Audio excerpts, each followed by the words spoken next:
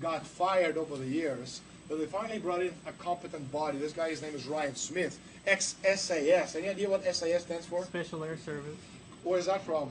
That's Britain. Oh, exactly. They murdered all the Irish. Irish. That's it. So this is the man who's now running the show. Actually, he's a good guy. I told him that his staff was really awful. I should just get rid of all of them. He said he agreed. And I think, as a matter of fact, this year we'll be seeing different personnel covering Bilderberg conferences. Good guy. Anyway, you've seen the. Well, the worst thing you can do is hate them. You know what I mean? Because what it does, it just clouds over your sense of judgment. And I don't hate these people at all. I respect them tremendously. You may not agree with me, but you have to if you want to fight a good fight. What I'm going to do right now, anyway, this is just a general idea, overview of some of the, set the scene, a little bit of ambiance. So what do you guys think? Is it fun? Yeah. How many of you are coming with me this year to Greece? Will you pay my ticket? I don't think so. Okay. No Greece for me. I'm not an NGO. I'm going to just very briefly tell you about the structure, their history, and we'll just take it from there. Bilderberg was met for the first time in 1954 in a small little town on the outskirts of Amsterdam called Oosterbeek, B-E-E-K, not B-E-C-K, which is another town in Belgium. Don't confuse the two.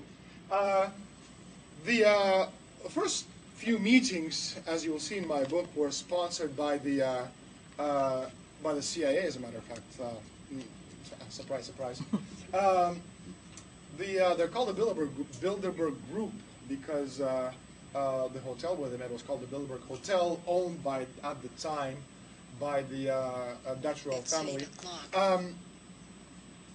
Usually they meet in a small town on the outskirts of a big town, somewhere easily accessible from the main artery, a big city, big airport. So, for example, in 2006 they met in Canada, which is on the outskirts of Ottawa, major city. In 2005 they met in Rotterdam. It's a tiny little town on about 35-minute drive from Munich International Airport. In 2004 they met in Stresa on the Lake Maggiore, on the outskirts of Milan. In 2003 they met in Versailles, which is again on the outskirts of Paris. So again, these people do have excellent, exquisite taste, usually 5-star luxury hotels. They take over the entire hotel. The meetings begin on a Thursday. They take over the hotel on a Wednesday. The CIA protects the American delegation. The MI6 protects the British delegation. The Israeli Mossad protects 1 or 2 Israelis who attend these conferences. And the rest of the delegates are protected by the local and national Secret Service. And if you have a few eminent Greases, then they get special protection as well from the people as well. About 130, 120, 125, depending on the year, of the people are invited to these meetings. They usually meet in May, beginning of June.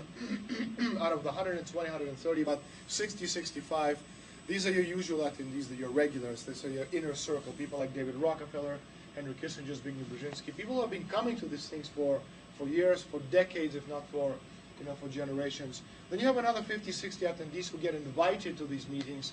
They're not regulars. Most of them don't even know that there's a organized structure behind all of these meetings. These people could be from the field of politics. They could be labor leaders. They might be people from the mainstream press, people from the corporations. Again, they're there because someone within the inner circle felt that their presence was necessary. So, for example, are you doing this because you can't hear me or because you're scratching your ear? You can't hear me. Do you want to come closer? Are you sure? Yeah? Okay. Can anyone else not hear me? It's a question. Can you guys hear me? Yes. Can you hear me over there? Perfect. So what was I saying? People are invited. Thank you. So the ones who are invited, you get occasional invitees whose knowledge serves the greater purpose and the greater needs of the Bilderbergers. So, for example, a few years back in 2004 in Italy, this man gets invited from the University of Oslo. Why would a man from, a bookish gentleman with glasses from the University of Oslo get invited to a Bilderberg conference? Well, he was invited because he's one of the experts on one of the key ingredients of genetically modified crop. Now, he might not know anything else in the world, but that knowledge of his serves the greater interest. It's another piece in this Bilderberger puzzle for the world domination. So again, out of the 120, 130 people who attend, 60, 65, these are your regular attendees. Sorry for crossing in front of the screen. These people, they're grateful to be invited. Most of them, again, have absolutely no idea that there's a general structure to this thing. They come, they're pleased to be there, they're pleased to establish the contacts with the likes of Rockefellers and the Kissingers. As a matter of fact, one of the things I show in the book, some of the letters from people such as Peter Sutherland saying to a few of his personal invitees, come, you're going to have a great time, everything is paid for, you have the best food, you have massages and all these other things. I mean, wouldn't you come? Yeah. Come on, I mean, I would.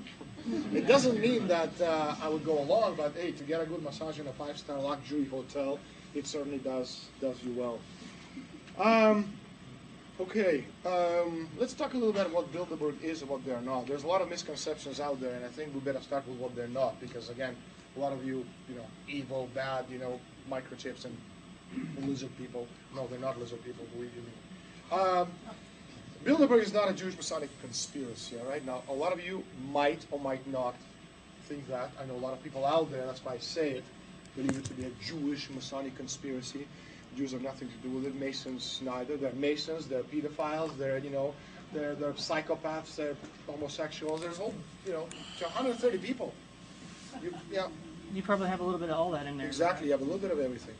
So it's not a Jewish Masonic conspiracy, although there's a lot of stuff out there on the internet based on extremely fragile logic, disinformation, trying to convince people that it is. First of all. Second of all, it's not a Illuminati conspiracy.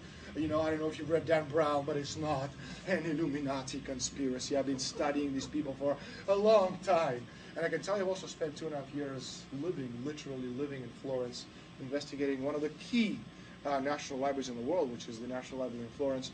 And I've never found any shred, any whatsoever, that relates Bilderberg to the Illuminati. Now, one of the things that, for example, Chris Milligan, my publisher, is an expert on Skull and Bones. Now, he told me the other day he can link Skull and Bones to the Bavarian Illuminati. That's a historical fact. And I can take it from there and link it to the Venetian black nobility of the Middle Ages. But there's no link. Is that a telephone? There's no link from the Bilderbergers to what? Anyway, to the Illuminati. And finally, most importantly, Bilderberg. Can you turn it off? Like step on it or something? I think it's been bugged. You can't find a telephone. No. We can hear it. Stopped. Okay, it's gone. Okay.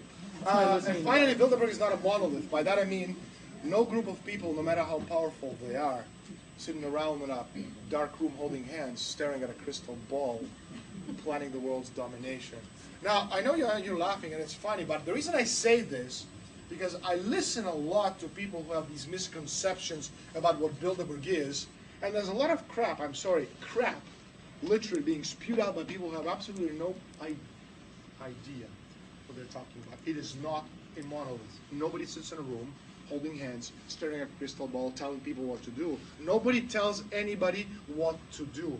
What it is, literally, as you well know in the world, the way it is, there are those who, you know, steer the events and those who react to the events. Well, obviously the latter, you know, those who react to the events, they are far more numerous, greater in numbers.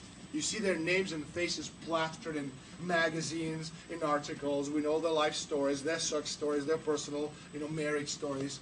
It is the former who usually lead the events. And at the center of this, you know, giant conspiracy, if you want to call it, is this group of people called the Bilderberg Group, which is literally as they call themselves, the aristocracy of purpose between North American and European elites, whose idea is the creation of neo-colonial world empire. Again, the creation of giant cartels more powerful than any nation on earth, destined.